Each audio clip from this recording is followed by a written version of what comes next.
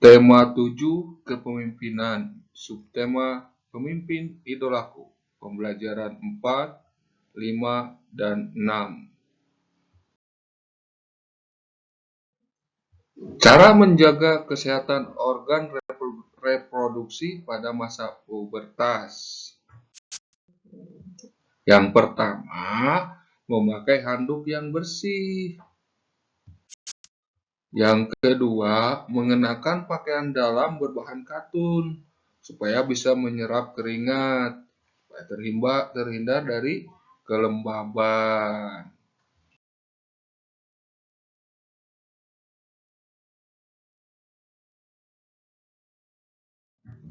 Ketiga, mengganti pakaian dalam secara rutin, ya, minimal 2 kali sehari. Yang keempat, membersihkan organ reproduksi. Harus dibersihkan setiap sudah buang air kecil dan air besar dengan air bersih dan dikeringkan dengan tisu. Yang terakhir, khusus untuk perempuan, jika datang menstruasi harus menggunakan pembalut yang lembut, ya, jangan menggunakan kain kotor seperti zaman dahulu.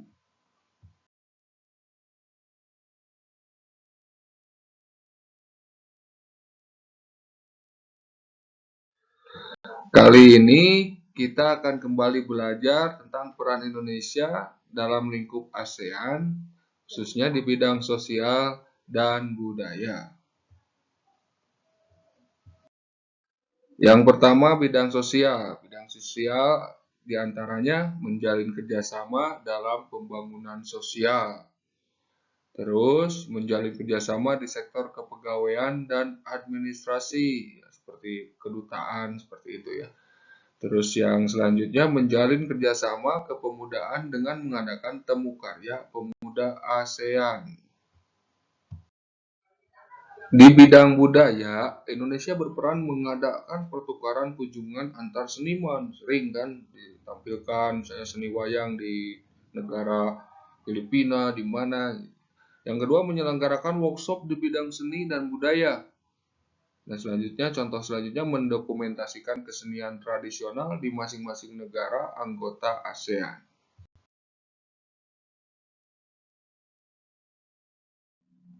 Selain dari bidang-bidang sosial, budaya, Indonesia juga mempunyai peran dalam bidang olahraga ya di ASEAN. Salah satunya yaitu menyelenggarakan atau menjadi tuan rumah di SEA Games. Nah, pernah Indonesia menjadi tuan rumah di waktu SEA Games yaitu tahun 1979, 1987, 1997, dan 2011. Nah, SEA Games ini dilaksanakan 2 tahun sekali ya. Nah, ini tabel berikut penyelenggara SEA Games pertama dan 5 penyelenggara terakhir. Tari daerah itu memiliki beberapa unsur tari. Unsur tari itu penting karena unsur tari merupakan kesatuan yang saling mendukung sehingga menciptakan sajian tari yang indah dan harmonis. Unsur-unsur tari menjadi ciri khas suatu tari sehingga dapat dibedakan dari tari lainnya.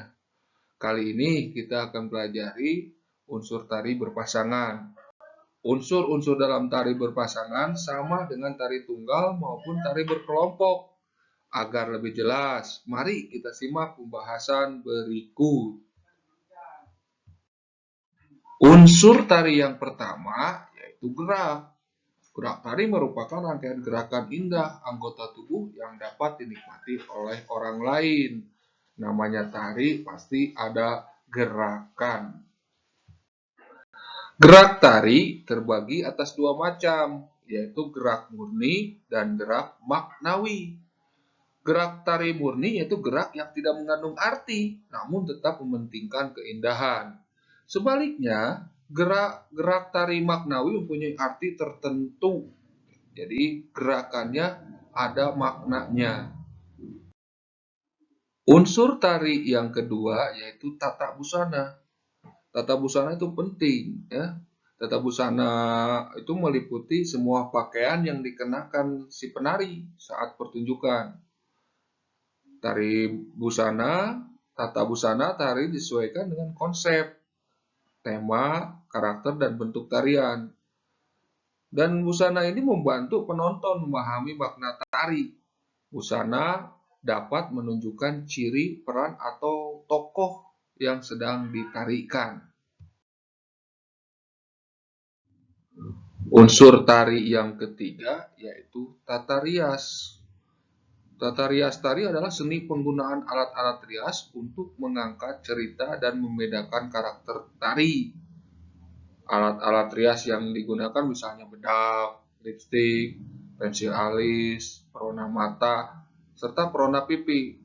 Ini bertujuan supaya wajah untuk mengubah tampilan wajah penari sesuai dengan jenis karakter tarian yang dibawakan. Jadi harus sesuai ya tata riasnya. Masa misalnya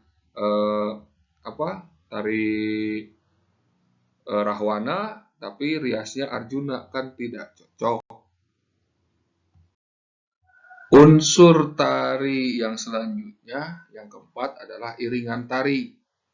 Iringan tari merupakan bunyi-bunyian untuk mendukung suasana tari, misalnya musik, gamelan, dan sebagainya. Ya. Iringan tari dapat berupa permainan alat musik modern maupun tradisional.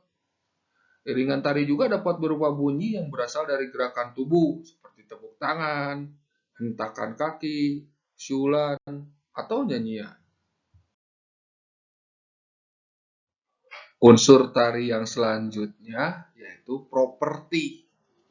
Properti itu meliputi alat yang digunakan oleh penari dalam melakukan gerakan tari, seperti selendang, kipas, topeng, piring, kuda kepang, keris, tombak, dan tameng.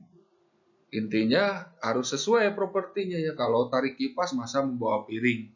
Jadi pemilihan properti tari disesuaikan dengan jenis tari yang akan ditampilkan. Unsur tari yang terakhir yaitu tempat pertunjukan atau sering biasa disebut panggung. Secara umum, jenis pentas tari ada dua, yaitu pentas tertutup dan pentas terbuka. Pentas tertutup diadakan di dalam ruang kelas, gedung, atau aula. Sementara jika pentas terbuka dapat diadakan di lapangan, taman, halaman rumah, atau bisa juga di halaman sekolah.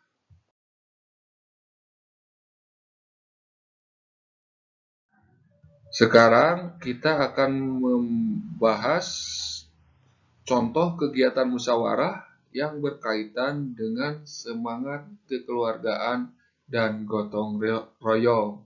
Berikut contoh-contohnya. Salah satu contohnya yang dalam semangat kekeluargaannya menjenguk teman di rumah sakit. Nah, pasti kita harus bermusyawarah dulu. Bermusyawarah apa? Mendiskusikan, menentukan siapa saja yang akan berangkat ke rumah sakit untuk menjenguk. Nah, semangat gotong royongnya membeli makanan dengan iuran untuk dibawa saat menjenguk teman yang sakit. Nah, itu contoh yang pertama. Misalnya contoh yang kedua tentang semangat kekeluargaannya membantu tetangga yang rumahnya misalnya tertimpa pohon.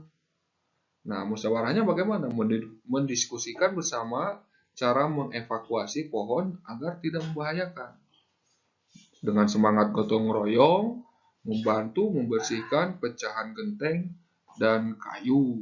Nah, itu contoh-contohnya ya, masih banyak. Silakan baca aja contoh-contoh tentang kegiatan musyawarah yang berkaitan dengan semangat kekeluargaan dan gotong royong di lingkungan sekitar pada kehidupan sehari-hari.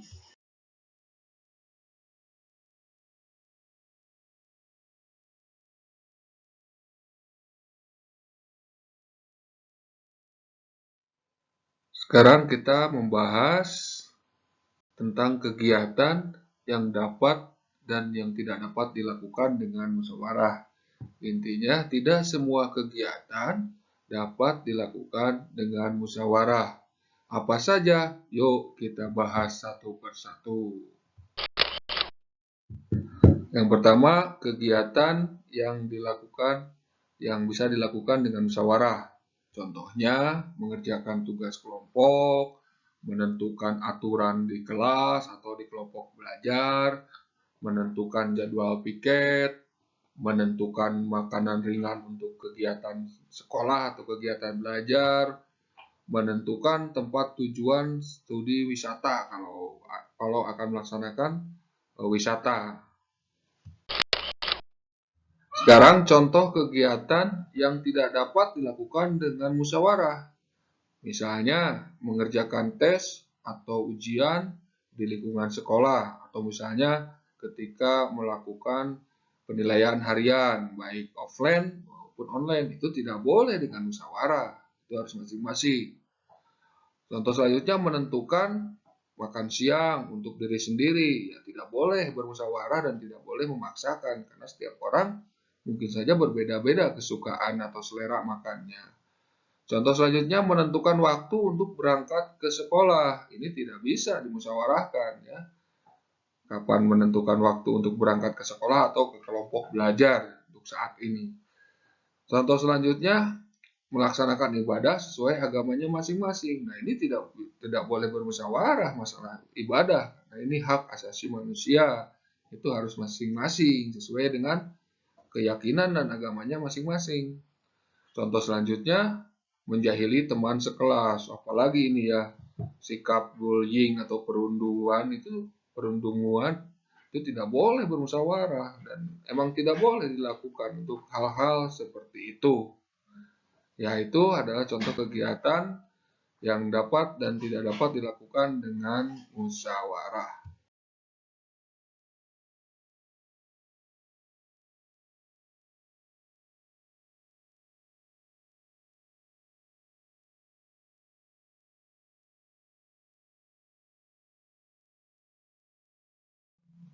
Terima kasih sudah mengikuti pembelajaran tema 7, subtema 2 tentang kepemimpinan idola pemimpin kita. Pembelajaran 4, 5, dan 6. Tetap semangat!